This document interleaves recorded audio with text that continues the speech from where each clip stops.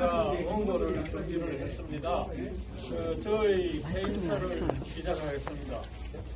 이 손쉬운 이야기부터 시작합니다. 정치의 여체는 왜 마이크가 안 나와요? 오늘 소리 좀 키워주세요. 조용히 하세요. 조용히 하세요. 조용히 하세요. 민주노총 입 닥쳐! 여체는 국민이 행복한 국가 시스템을 구축하여 운영하는 것이라고 하겠는데, 세계 대부분의 국가는 정치 세력이 우파 진영과 좌파 진영으로 서로 나누어져 대립하고 투쟁을 조심하세요. 합니다. 정치 세력에 직접 가담하지 않는 국민도 우파 성향과 좌파 성향으로 나누어지는데 매우 자연스러운 현상이라고 하겠습니다. 이에 따라서 인간의 기본권, 즉 인권에 관한 시각도 우파 성향의 사람들의 그것과 좌파 성향 사람들의 그것이 서로 다른 것은 피할 수 없는 일이라고 하겠습니다. 손쉬운 예를 들자면 우리나라의 경우 학생 인권에 관한 우파적 시각과 좌파적 시각은 엄연히 서로 다릅니다. 휴대전화 사용 문제나 도발 문제가 그렇습니다. 성소수자의 권익 보호 문제, 노동조합의 불법 파업에 따른 손해배상 문제, 노란봉투법 문제죠. 화물연대의 파업에 대한 정부의 업무 개시 명령권 폐지에 관한 문제, 이주노동자의 최저임금 등 권익보호 문제, 난민의 권익보호 문제 등도 마찬가지라고 하겠고, 예를 계속 들자면 한이 없다고 하겠습니다. 그런데 인권에 관한 우파적 시각과 좌파적 시각 중 어떤 시각이 더 좋은 것이고 더 훌륭한 것인가, 그런 것은 있을 수 없다고 생각합니다. 그것은 사상의 자유, 양심의 자유에 속하는 영역이고 각 개인의 기본권에 속하는 영역이기 때문입니다. 저는 정확하게 3년 전 2023년 2월 6일 인권위 상임위원으로 또 군인권보호관으로 인권위에 부임하였습니다. 부임 직후에는 인권위 당시 위원장, 상임위원, 사무총장 등 간부들은 말할 것도 없고 많은 직원들까지 환영일색이었다고 하겠습니다. 그런데 시간이 한 달, 두 달 흐르면서 제가 경험하게 된 인권위의 현실은 심각한 문제점이 있었습니다. 인권위에서는 인권에 관한 좌파적 시각만이 유일한 정당성을 부여받고 있었고, 우파적 시각은 배제와 경멸, 조롱의 대상에 불과하였습니다. 인권위 내부뿐만 아니라 외부의 인권단체들, 인권을 말하는 교수들, 좌파 성향의 언론 매체들은 정확하게 한 통속을 이루어 철저하게 연대하고 있었습니다. 이러한 상황에 저는 도저히 성공하기가 어려웠고, 저 입장은 매주 열리는 상임위원회, 격주로 열리는 전원위원회에서 자연스럽게 드러났고, 인권위 안팎의 좌파들은 저를 경계하기 시작하였는데, 결국 부임한 지 6개월 만인 2023년 8월 1일에 이르러서 제가 소위원장인 치매구제 제1위원회에서 정의기억연대의 위안부 수요 시 특별 배우 요청 진행 사건에 대한 기각 결정을 하고, 또 그 무렵 해병대 최상병 사망 사건 처리를 둘러싸고 국방부와 심각하게 대립하게 된 박종훈 대령 긴급 구제 신청 사건에 대하여 역시 제가 위원장인 군인권보호위원회에서 기각 결정을 한 것을 계기로 이 당시 위원장 등 좌파 인권 세력과의 관계는 완전히 파탄이 났고 극단적인 대립 상태가 초래되었습니다.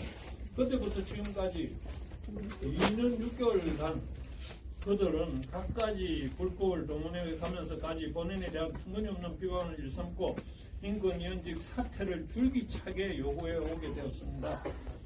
제가 이러한 좌파 인권 세력의 무자비하고도 야비한 공격을 받아오면서도 지금까지 버틸 수 있었던 것은 바로 이 자리에 저를 오늘 격려해 주기 위하여 오신 여러분들과 정상적으로 정신적으로 건강한 많은 국민들의 동원 덕분이었다고 하겠습니다.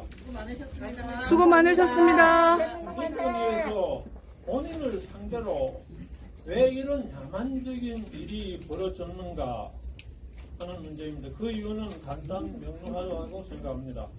좌파 인권 세력은 인권위를 자기네들만의 독점적 소유물로 여기고 자기네들이 내세우는 인권만이 참다운 인권이라고 억지를 부리고 있기 때문이라고 하겠습니다.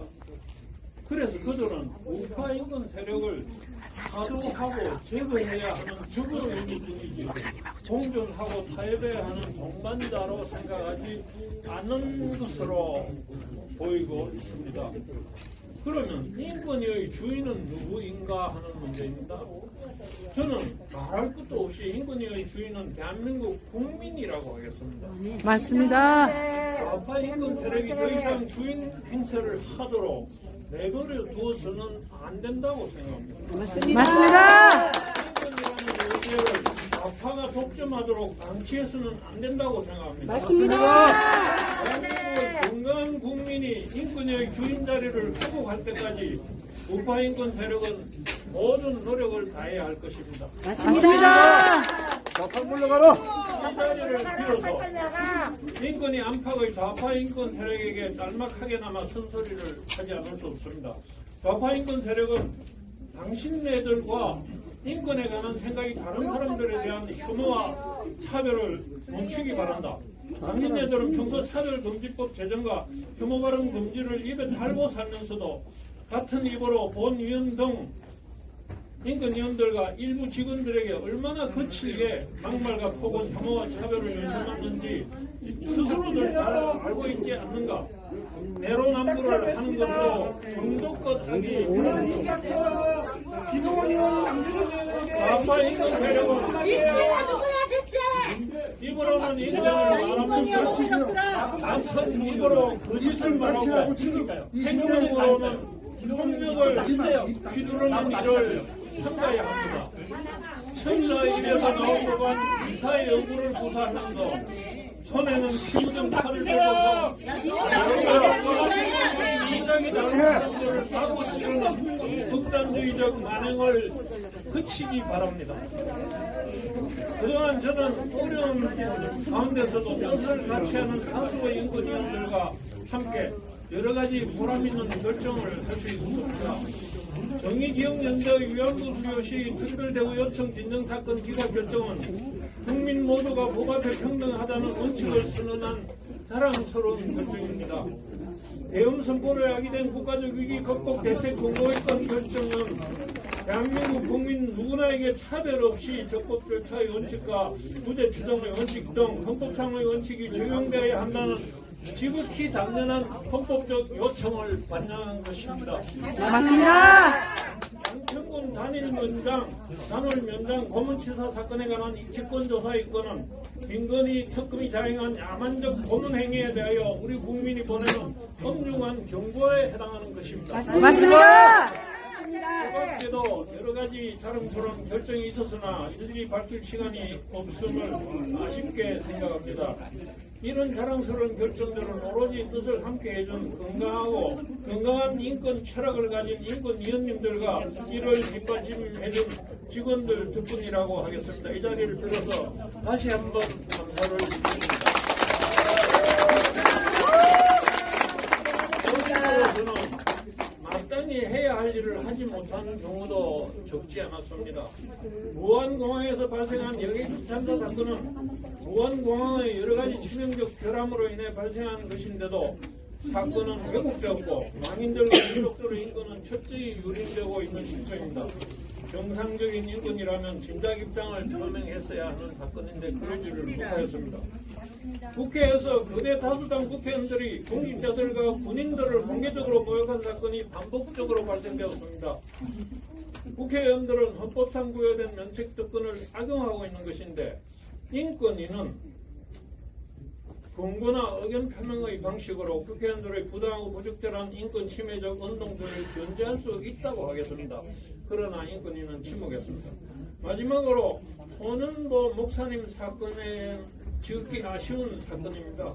법원은 손 목사에 대해 구속영장을 발부하면서 그 이후로서 도망할 염려가 있음을 내세웠습니다. 정상적인 국민이라면 과연 누가 손 목사가 도망할 염려가 있다는데 동의를 하겠습니까?